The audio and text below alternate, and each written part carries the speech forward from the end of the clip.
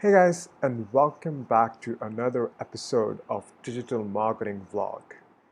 Uh, this is a new series that I have started on my channel where I share the weekly updates of the past week of what exactly happened in my professional career as a digital marketer slash growth hacker slash performance marketer, whatever fancy word you want to call it. And I'm a huge fan of transparency, and that's why I have started this series, which I post every Sunday, one video every Sunday about the past week's updates of what experiments I did, what strategies I have planned to apply for the coming weeks, and all those things. So basically, being transparent in my journey of being a digital marketer or growth hacker. So without any delay, let's get started.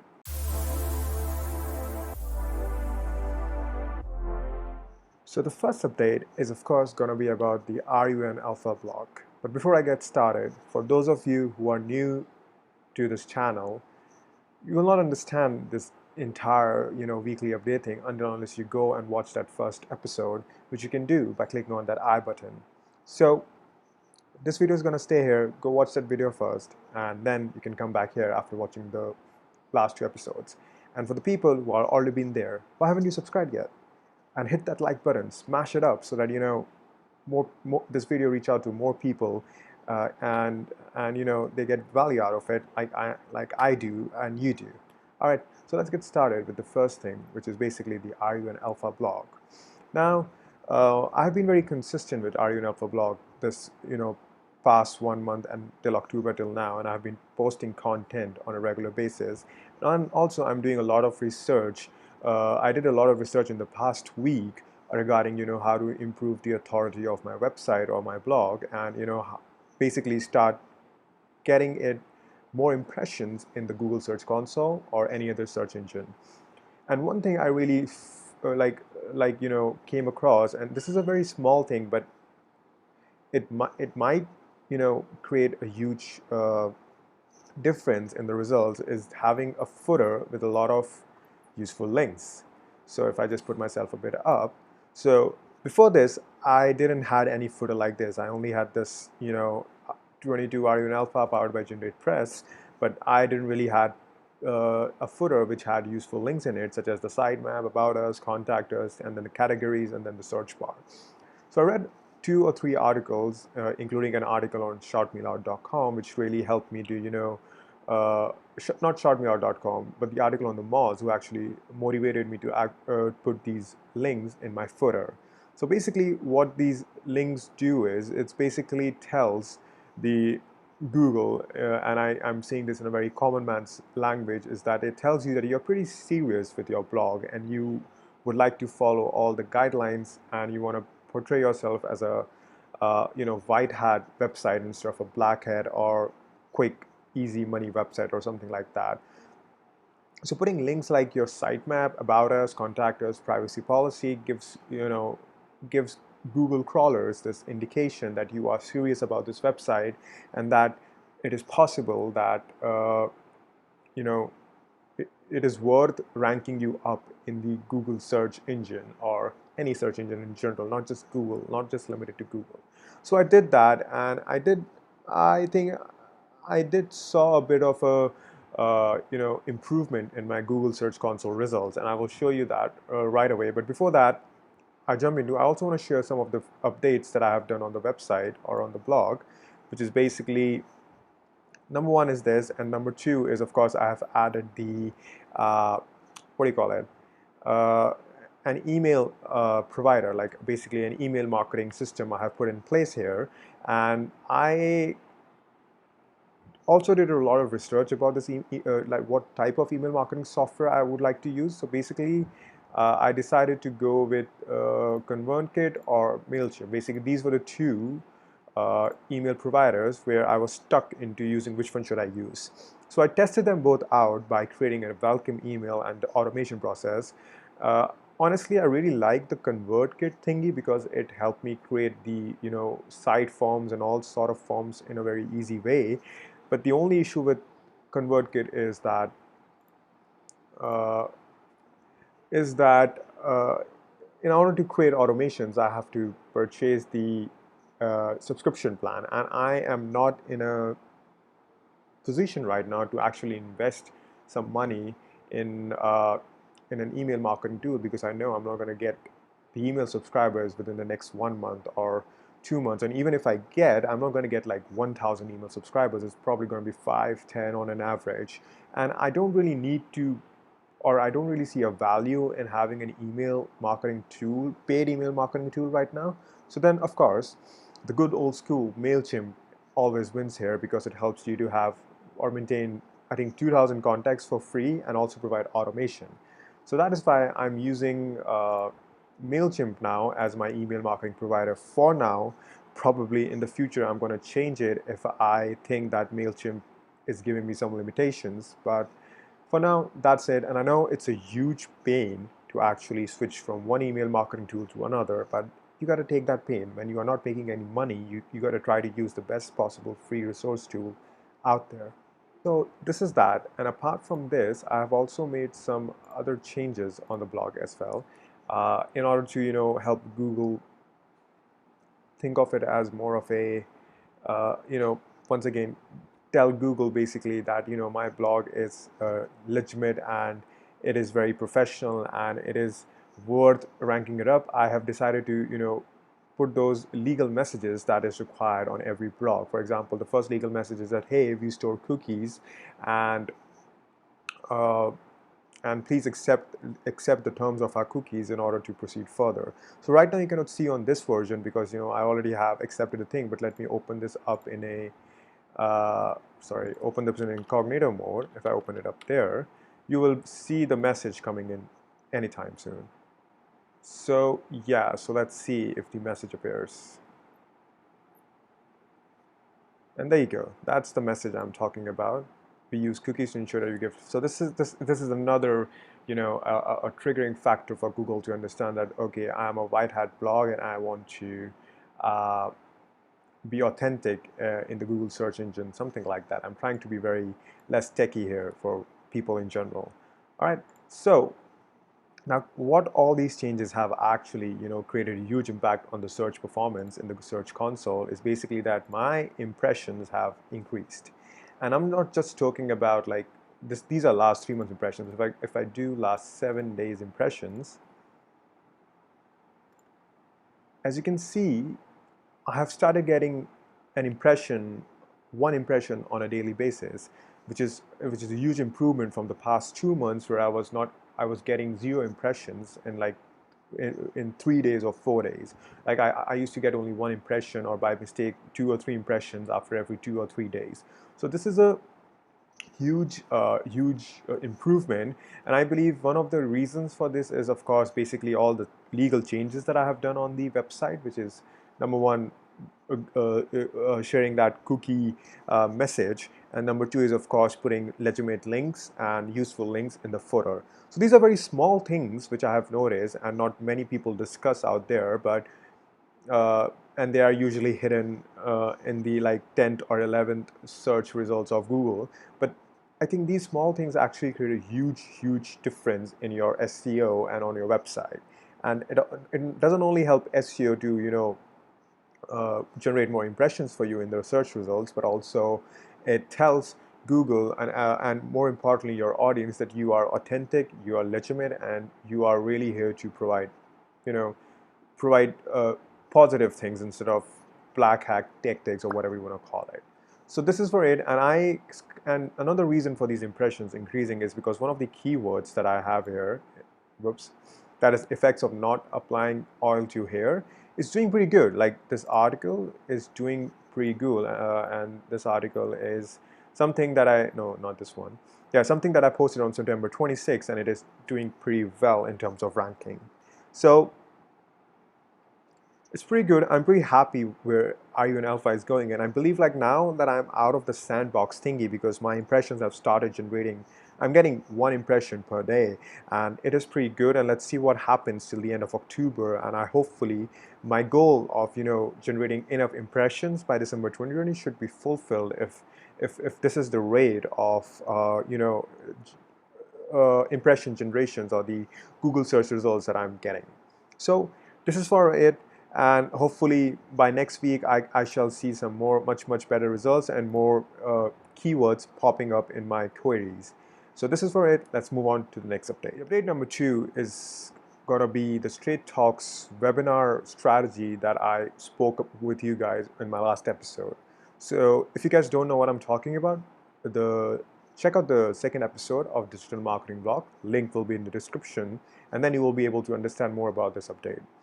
So basically, the webinar strategy to attract the marketing qualified leads to come back to us and uh, potentially convert into sales qualified leads didn't actually work out because the only like only one person signed up for the webinar out of the 200 people in the list that we have. And I think the strategy, I mean, we sent them 3 emails for the webinar, and after sending 3 emails, we got 3 visits to the webinar page where people can sign up. So the conversion rate is pretty bad in my opinion, and overall the strategy, I will say, has kind of failed. And this is a huge lesson for us because we realized after concluding the results that uh, webinar is something which is really uh, common now, and almost every person in the industry, especially in digital marketing industry, is doing the lead generation webinar. So we need to come up with something different sort of a webinar which actually creates value in the like which is actually unique, number one, and number two, gives value to the startups, and not just focus on lead generation but focus on the entire sales cycle in general. So now for the coming week, we are planning for something different in terms of tackling the sales cycle in general in the webinar instead of just lead generation. So let's see how it goes. And this time, we are also deciding, instead of just approaching to our MQLs, we're also going to run LinkedIn campaign and approach and try to get in touch with our try to attract cold audience which haven't heard about us before, or are interested in basically people who haven't heard about us before, or we have engaged them before and are interested in joining the webinar. So let's see how this goes, and I will share that tip in the next digital marketing blog. Wish me luck. The last update of this week's digital marketing blog is basically not really related to digital marketing, but it is more towards like business and like me managing my business. So this is a change that I have done this month. Is basically I have kind of laid off my accountant who was managing my books because uh, number one, I consider his fees as a huge expense, which was not really providing any value, because I don't really have a lot of invoices and a lot of transactions to handle. I hardly have like 5 or 6 transactions in a month that someone has to handle. And me personally, being from a finance background, I took up commerce in 11th and 12th. For the people in India, they must be knowing. And what happens in the Indian school is that when you pick commerce as a field in 11th and 12th, you get to learn accounting. So I already know a bit of accounting, and I've also been following Mark Cuban and Kevin O'Leary's advices, or watching their videos about how to manage your money. And all of them just keep on saying that you got to learn accounting, you got to learn accounting, you got to learn how to read the cash flow statements. And I totally agree with them. The accountant can only help you in managing the books, but in order to analyze the books, you got to do it by yourself. And for me, who's a person who doesn't have a lot of transactions to handle, I think the best thing I can do for myself is actually create my own books. And I'm not talking about using like these complex softwares of Tally or QuickBooks to actually maintain my books. There are so many easier tools now in the market, such as Zoho Books, which can actually make the life easier for a self-employed person like me, or like even the life of a company easier. And the thing is with the Zoho Books, for your notice, this is not a sponsored video or anything. Zoho Books is nowhere trying to sponsor me or anything. I'm just trying to give some suggestions to all those people out there who are self-employed or running their own businesses, and really feel like that their chartered accountants fees or accounting fees is a bit high. Uh, And if they don't have a lot of transactions to handle, they should really take up this thing by themselves. And one really great thing that Zoho Books has done is that, number one, they have tied up with the GST department in India. So this is for Indian people basically, that they have tied up with the GST department in India. So if you're a small business registered under the GST Act, you get the free version of the Zoho Books. As you can see here, it's a government free software thingy, which is specially mentioned here for my business.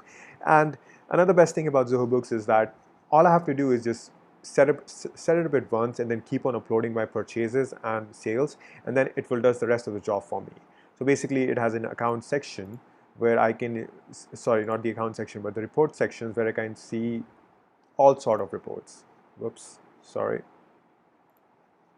Here I can see all sort of reports. So for example, the most important report that the most important statement that every top businessman recommends that one should learn to analyze is the cash flow statement. Because this is a report which actually tells you how much cash is coming in your, like it's the only report actually which tells you how much cash is coming into your business, how much cash is going out of your business, and what's the profit margin you're making out of it. And sometimes, we might believe that, our profits are increasing, but then we also see that our profit margins might be increasing, but our cash flow in the business is reducing, or maybe our cash outflow in the business is increasing. So analyzing cash flow statement is a very, very, very important thing for every business person out there, whether you're a self-employed, small business, medium, or large businesses.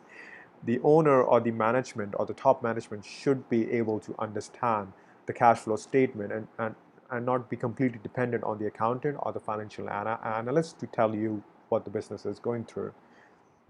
So keeping that sole thing in mind, I thought, this update is worth sharing because I am a huge fan of transparency of my business, and I'm trying to share whatever changes I'm doing it, and and hopefully these changes will help you or guide you in a better way, because uh, we learn from other people's mistakes. I especially learn from other people's mistakes. That is why I spend a lot of time on weekends watching videos on YouTube about these famous people and them talking about their lives and how they created or built businesses.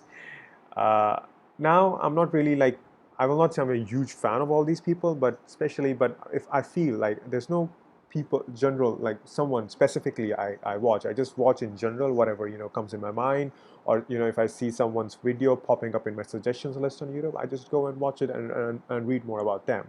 But I do been regularly following Mark Cuban and Kevin O'Leary for some reason, because uh, it's just I don't know, I'm able to connect to them in the way their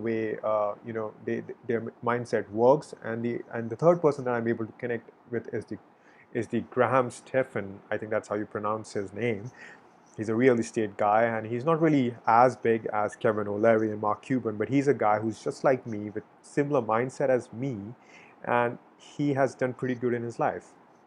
So guys, if you go and search Graham Stephan, you will be able to see his YouTube channel. So basically the purpose of this digital marketing vlog, the way I'm looking at it now, is that it's not just about me sharing my experiments and my strategies. It's also about how I am dealing with the business side of it as well, not just the client side. Like business side in the sense that how I'm operating my business, how I'm taking care of my finances, my expenses, my cash flow statements in general, just to help you people out there who actually want to, well, let's just not say people out, like helping people out there, but basically giving suggestions that, these are the possibilities you can do as a self-employed person, or maybe in the future if I, sort of convert myself into a small business, or maybe $1 million company. Not maybe, but definitely $1 million company one day. That's my goal. And I will share that experience with you guys, and let's see how it goes. So thank you so much for watching. Let me just bring myself a bit up. So thank you so much for watching the digital marketing vlog episode number 3, and see you next week on Sunday. Cheers. Yo.